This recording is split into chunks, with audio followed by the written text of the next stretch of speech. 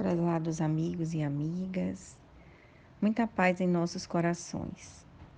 Hoje nós teremos a oportunidade de refletir acerca do capítulo 39 do livro Jesus no Lar, de Neio Lúcio, psicografia do irmão Francisco Cândido Xavier.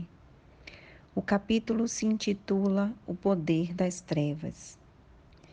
Neste capítulo, o nosso estimado Neio Lúcio traz uma passagem de Jesus contando aos seus discípulos sobre um valoroso trabalhador do bem que movimentava-se de forma tranquila, com grande devotamento à caridade e à fé. E isso incomodava sobremaneira os espíritos do mal que se impacientavam com tanta abnegação e despreendimento daquele trabalhador do bem. E eles então resolveram eleger um gênio do mal para buscar orientações de um grande adversário do bem, que o escutou de forma atenta para entender como poderiam alcançar aquele trabalhador. E Jesus, contando aos seus discípulos sobre este caso, discorria que o diabo menor, aquele que foi conduzido ao grande gênio das trevas, falava o seguinte: não poderíamos despojá-lo de todos os bens? E o Senhor das Trevas disse: não. Para um servo dessa têmpera, perda dos recursos materiais é libertação. Ele encontraria, assim, 1000 meios diferentes para aumentar suas contribuições. Outra sugestão chegou. Então, castigar-lhes-emos a família, dispersando-a e constrangendo-lhe os filhos a enchê-lo de opróbio e ingratidão. Também não.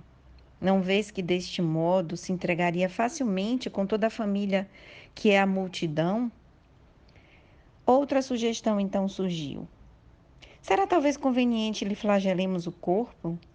Crivá-lo-emos de feridas e aflições.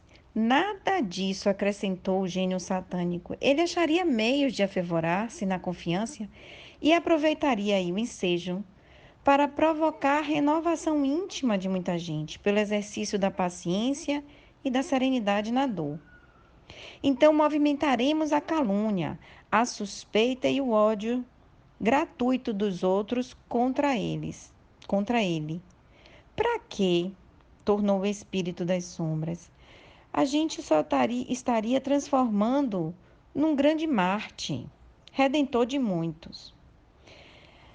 O demônio menor, exasperado, cansado de fazer as suas sugestões e não ter sucesso com elas, por fim disse: será então melhor assassiná-lo sem piedade? E a inteligência perversa disse: que dizes? A morte ser-lhe-ia a mais doce bênção por reconduzi-lo às claridades do paraíso. E vendo que esse aprendiz se calava vencido, o adversário maior fez expressivo movimento e aconselhou: não sejas tolo, volta e dize a esse homem que ele é um zero na criação, que não passa de mesquinho verme desconhecido. Impõe-lhe o conhecimento da própria pequenez, a fim de que jamais se engrandeça, e então verás. O enviado, então, todo satisfeito, regressou e pôs em prática o método que ele recebeu. Rodeou o valente servidor com pensamentos de desvalia acerca de sua pretendida insignificância e desfechou-lhe perguntas mentais como esta: como te atreves a admitir algum valor em tuas obras destinadas ao pó? Não te sentes simples joguete de paixões inferiores da carne? Não te envergonhas da animalidade que trazes no ser? Que pode um grão de areia perdido no deserto? Não te reconheces na posição de obscuro fragmento de lama? O valoroso colaborador, então, interrompeu as suas atividades que lhe diziam respeito. E depois de escutar longamente as perigosas insinuações, olvidou que a oliveira frondosa começa no grelo frágil e deitou-se desalentado no leito do desânimo e da humilhação, para despertar somente na hora em que a morte lhe descortinava o infinito da vida. Jesus então silenciou, contemplando a noite calma, e Simão Pedro pronunciou uma prece sentida enquanto os apóstolos se despediram nessa noite, cismarentos e espantadiços. Nós não desconhecemos, meus irmãos, a grande influência que os espíritos exercem sobre os nossos pensamentos e sobre os nossos atos. O Livro dos Espíritos já nos traz isso de forma muito clara na questão 459, quando Allan Kardec pergunta: os espíritos influem em nossos pensamentos e em nossos atos? Muito mais do que imaginais, pois frequentemente são eles que vos dirigem. São eles que tomam a direção dos nossos pensamentos e dos nossos atos. Essa informação pode até surpreender para a grande maioria. Porém, se a gente se analisar mais detidamente essa questão, a gente vai perceber que a resposta não poderia ser outra, porque estamos de fato mergulhados em um universo de vibrações mentais. Ao mesmo tempo que influenciamos, somos influenciados. E o Espírito Emmanuel, no livro Roteiro, ele traz essa questão de forma muito clara. Ele diz: o homem permanece envolto em largo oceano de pensamentos, nutrindo-se de substância mental em grande proporção. Toda criatura absorve sem perceber a influência alheia nos recursos imponderáveis que lhe equilibram a existência. Em forma de estímulos e impulsos, a alma recolhe nos pensamentos que atrai as forças de sustentação que lhe garantem as tarefas no lugar em que se coloca. A mente, em qualquer plano, emite e recebe, dá e recolhe, renovando-se constantemente para o alto destino que lhe compete atingir. Estamos assimilando correntes mentais de maneira permanente. De modo imperceptível, ingerimos pensamentos a cada instante, projetando em torno de nossa individualidade as forças que acalentamos em nós mesmos. Então, observem que Emmanuel reforça aqui a questão 459 do Livro dos Espíritos e nos mostra que nós somos o tempo inteiro influenciados e também influenciamos, porque estamos mergulhados neste oceano de pensamentos e vibrações mentais e comungamos com eles. Mas a ligação se dá por aquilo que nós trazemos dentro de cada um de nós.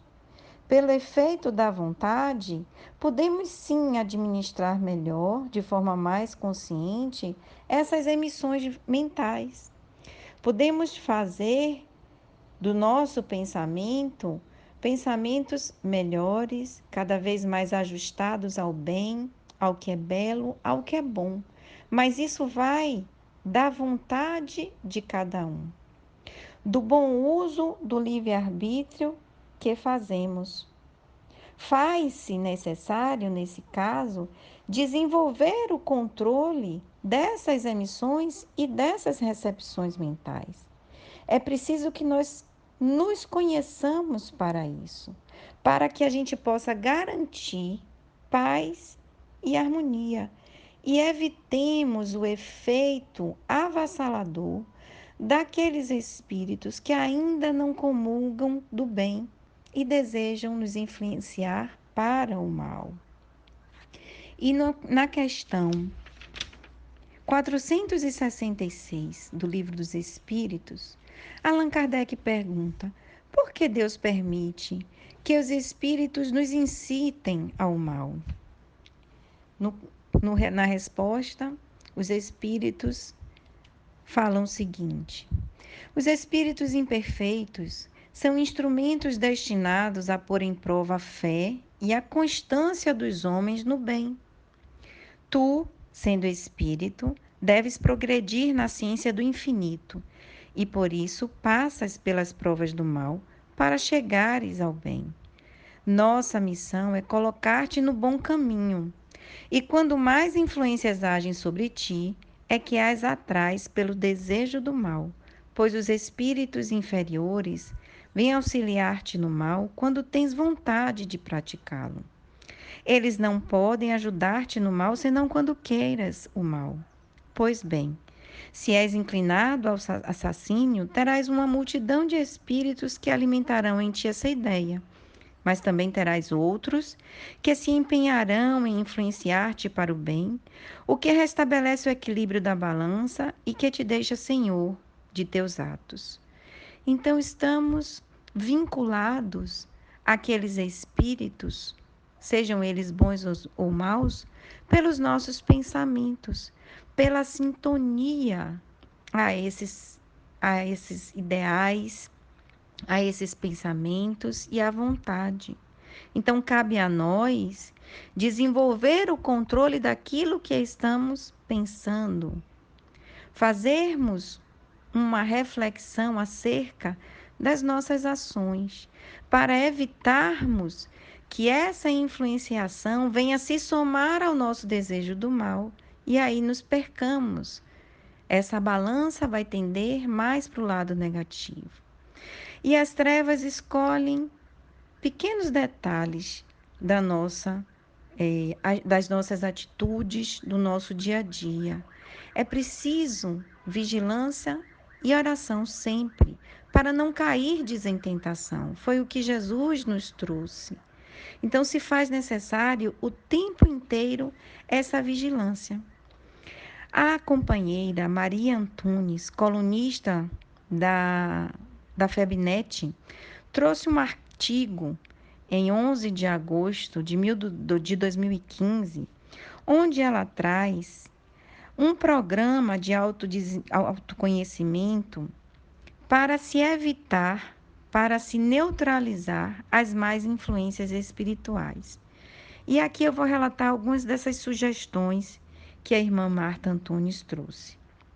A primeira, observar com mais atenção o teor dos pensamentos que usualmente emitimos.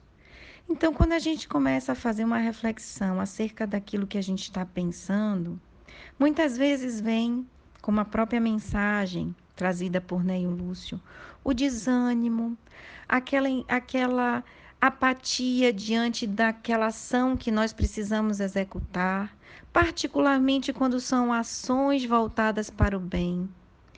É porque ali nós estamos abrindo brechas para que os espíritos inferiores, que não querem ver o bem avançar, tomem posse dos nossos pensamentos e nos influenciem ao desânimo. Certa feita, ouvindo o irmão Divaldo Franco falar, ele disse que quando o desânimo o alcança, e já o alcançou em alguns momentos, ele faz um esforço contrário. Ele vai justamente ao encontro das tarefas que estão lhe causando desânimo e vai ao enfrentamento desse desânimo para que ele possa se restabelecer na vontade firme de continuar agindo no bem. E quantos de nós, nesse momento de pandemia, estamos passando por isso? Quantas tarefas foram deixadas de ser realizadas por conta do desânimo? Precisamos fazer uma reflexão sobre isso e enfrentar esse mal que nos provoca a apatia e a falta de vontade em realizar as tarefas que nos cabe. E tenhamos certeza absoluta que quando enfrentamos essas energias que desanimam, nós estaremos ali acompanhados dos benfeitores amigos que desejam o nosso progresso. O Livro dos Espíritos, como eu acabei de ler na questão 466, diz que Deus permite que isso aconteça para nos testar, para colocar em prova a nossa fé e a nossa constância no bem. Então, nós precisamos compreender que esses momentos acontecerão em nossa existência, mas nós não podemos deitar na cama e esperar que isso passe. É necessário força de vontade para vencer. Um segundo ponto que a irmã Marta Antunes traz é analisar a carga emocional que impregna as nossas manifestações verbais e as nossas ações. Como eu estou falando? Que palavras eu estou proferindo? Quais são as minhas ações? São destemperadas ou são equilibradas? São palavras de estímulo, de fé e de confiança ou são palavras rudes, desequilibradas, de desânimo? Porque à medida que a gente vai avaliando isso, nós vamos percebendo quem estará próximo a nós. Quais são os espíritos que nós estamos atraindo de acordo com os nossos pensamentos e ações. Um terceiro ponto: procurar identificar de maneira honesta inclinações, tendências, imperfeições, assim também como as virtudes, conquistas intelectuais e morais, porque isso vai nos fortalecendo, nos dando bom ânimo. Outro ponto: delinear necessidades reais, estabelecendo um plano de como atendê-las sem lesar o próximo. Então, estabelecer as necessidades que realmente precisamos e avançar sempre. Outro ponto: habituar-se a fazer um balanço das influências boas ou ruins exercidas pelo meio social, seja ele família, amigos, colegas de profissão, no qual estamos inseridos. E isso tudo pode ser resumido nas orientações de Santo Agostinho, em O Livro dos Espíritos, né? Quando ele diz: fazei o que eu fazia quando vivi na terra. Ao fim de cada dia, interrogava a minha consciência, passava em revista o que fizera e perguntava a mim mesmo se não faltara algum dever, se ninguém tivera motivo para de mim se queixar. Foi assim que cheguei a me conhecer e a ver o que em mim precisava de reforma. Portanto, questionai-vos, interrogai-vos sobre o que tendes feito e com que objetivos agis em dada circunstância. Se fizerdes alguma coisa que censuraria se feita ao trem, se praticastes alguma ação que não ousarias confessar, perguntai ainda isto: se aprovesse a Deus chamar-me neste momento, teria que temer o olhar de alguém ao entrar no novo mundo dos espíritos, onde nada é oculto? Examinai o que podeis ter feito contra Deus, depois contra vosso próximo e finalmente contra vós mesmos. As respostas acalmarão a vossa consciência ou indicarão um mal que precise ser curado. É necessário, então, o autoconhecimento para que essas influências não nos tomem a ponto de conduzir-nos à apatia, ao desânimo, à falta de vontade até de viver. Quantos irmãos nossos estão passando por esse desafio e estão simplesmente encontrando no suicídio uma porta que eles acreditam ser a mais coerente para o momento em que estão vivendo? Reajamos a esse desânimo, reajamos a essa apatia, reajamos à influência do mal, enfrentemos os problemas com confiança, com autocontrole, com perseverança acima de tudo, porque a perseverança no bem vai fazer toda a diferença. É a força interna, como diz o irmão Divaldo Franco, que levanta o valor moral e torna-se essencial para ver-se a plenitude do objetivo buscado. Ele cita numa reportagem publicada no jornal à tarde a persistência de Thomas Edison quando trabalhava na criação da lâmpada. Ele tentou, sem êxito, durante 700 vezes. E insistindo mais uma vez, ele ouviu do seu auxiliar: Senhor, eu vou desistir porque já tentamos inúmeras vezes sem alcançarmos a vitória. Ao que ele respondeu jovial: agora é que vale a pena prosseguir, porque já sabemos 700 formas que não deram certo. E prosseguiu, conseguindo iluminar o mundo. Então, a perseverança no bem, o enfrentamento das dificuldades, é o caminho ideal para que a gente não se permita ser vencido pela apatia e ser vencido pela influência do mal. E para finalizar, no livro novamente Roteiro de Emmanuel, ele termina a sua mensagem dizendo: daí o imperativo de nossa constante renovação para o bem infinito. Trabalhar incessantemente é dever, servir é elevar-se, aprender é conquistar novos horizontes, amar é engrandecer-se. Trabalhando e servindo, aprendendo e amando, a nossa vida íntima se ilumina e se aperfeiçoa, entrando gradativamente em contato com os grandes gênios da imortalidade gloriosa. Ou seja, meus irmãos, cada vez que nos levantamos para o serviço redentor, nós atraímos para nós os bons espíritos, atraímos para nós aqueles benfeitores amigos, desejosos infinitamente do nosso bem e do nosso progresso espiritual. Então, avante, companheiros, vamos servir sempre com bom ânimo. Que Jesus nos abençoe e nos ampare, hoje e sempre. Que assim seja.